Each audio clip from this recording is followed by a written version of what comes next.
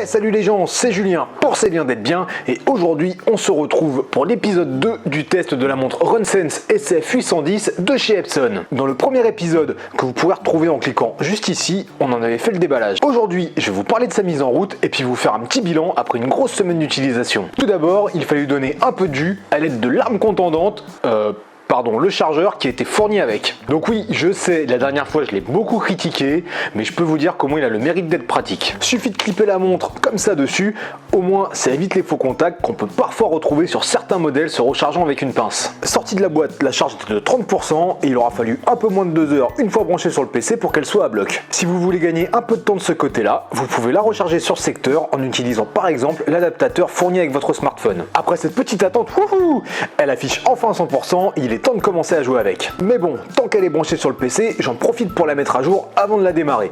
Et puis bon, en fait, Epson a bien fait son boulot puisqu'il l'a livré avec déjà le dernier firmware installé. Allumage! Pour commencer, la montre nous demande quelques infos, comme par exemple la langue, nos caractéristiques physiques ou encore la date. Et là, premier truc énervant, les bips quand on appuie sur les boutons. Je supporte pas ça et c'est le premier truc qui va gicler. À la fin de la config, la montre se met à chercher l'heure.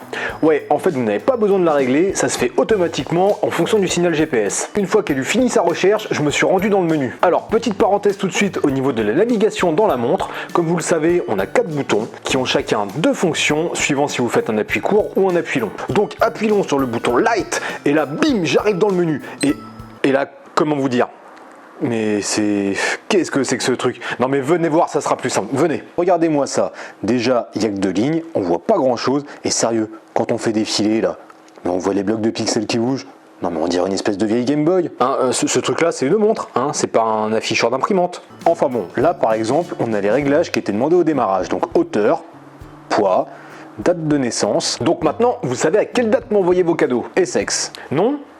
Non, n'insistez pas, je ne ferai pas cette vieille blague archi connue sur la taille de mon pénis. Enfin bon, j'en avais profité pour faire quelques réglages, notamment pour les vues du mode course. Sachez que tous ces réglages sont également faisables via l'application Run Connect sur votre smartphone, ce qui est peut-être plus simple, bien que je ne trouve pas que l'application soit bien foutue et elle est surtout très lente. Mais bon, ça on en reparlera une autre fois. Voilà pour la mise en route, rien de bien compliqué donc, et maintenant place au bilan de cette première semaine. Alors je ne rentrerai pas trop dans les détails aujourd'hui et vous ferai des épisodes un peu plus spécialisés les prochaines fois. Première chose, le confort. En effet, elle est vraiment très agréable à porter et ça je pense pour 2 choses, déjà d'une sale légèreté et ensuite grâce à la petite articulation, l'espèce d'effet ressort ici du bracelet, vous voyez ça suit parfaitement les mouvements du poignet. Un truc tout bête et qui m'a un petit peu gêné, c'est l'absence de fonction réveil, minuteur ou encore un simple chronomètre.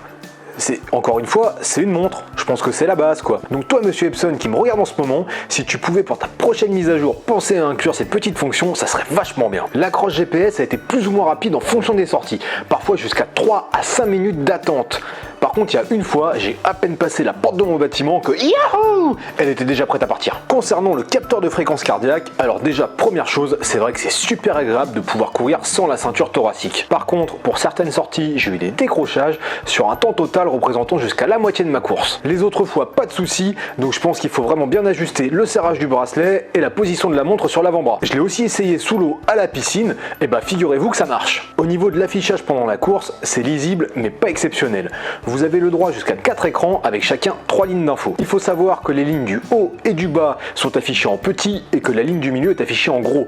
Donc il faut bien choisir quelles données afficher à quel endroit. J'ai configuré la fonction tour automatique sur 1 km et là, petite déception. Bah ouais, pas de vibration ou de signal sonore pour signaler qu'on a justement fait 1 km. Par contre, la montre affiche bien les données, mais comme on n'est pas prévenu, et bah forcément, on regarde pas l'écran. Et puis un truc bien chiant pendant qu'on court, c'est l'affichage de l'allure réelle. Alors, il y a des fois ça marche bien, et puis il y a des fois ça déconne complètement. En gros, plus je vais vite, plus la montre me dit que je suis lent. Alors, est-ce que c'est le signal GPS qui décroche sur certaines portions de chemin ou autre? C'est à voir. Mais une fois qu'on a transféré les données sur le smartphone ou sur le PC, on retrouve la bonne vitesse. Dans le mode course, on peut aussi paramétrer une fonction quand on tape sur la montre. Alors, c'est pratique et ça fonctionne bien. Et dans mon cas, j'ai choisi le rétroéclairage, comme en ce moment, je cours pas mal de nuit. D'ailleurs, l'éclairage est assez puissant et vous pourriez presque vous en servir de lampe torche. Pour finir, un petit mot sur l'autonomie, qui est annoncé pour 20 heures de course avec GPS et cardio allumé. Il faut savoir que là, en moins d'une semaine d'utilisation, j'avais vidé la batterie. Alors qu'en fait, la montre est juste restée à mon poignet et j'avais fait à ce moment-là, je crois,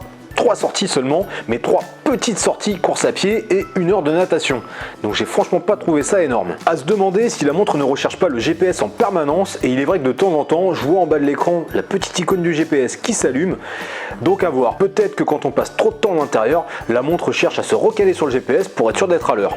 Et voilà, c'est tout pour aujourd'hui, et la prochaine fois, je vous ferai un épisode dédié à une des fonctions de la montre. Et pour ça, j'ai besoin de vous, je vous propose d'en choisir le thème. Alors pour ça, indiquez-moi en commentaire sous la vidéo si vous préférez que je vous parle du capteur cardiaque, du GPS, de l'utilisation en course, de l'application et de la plateforme web, ou encore de toute autre chose. Sur ce, pensez à laisser un gros pouce bleu, abonnez-vous, et je vous dis à bientôt. Était difficile. Il fallait avoir recours à des accessoires peu conventionnels. Bon, et il faut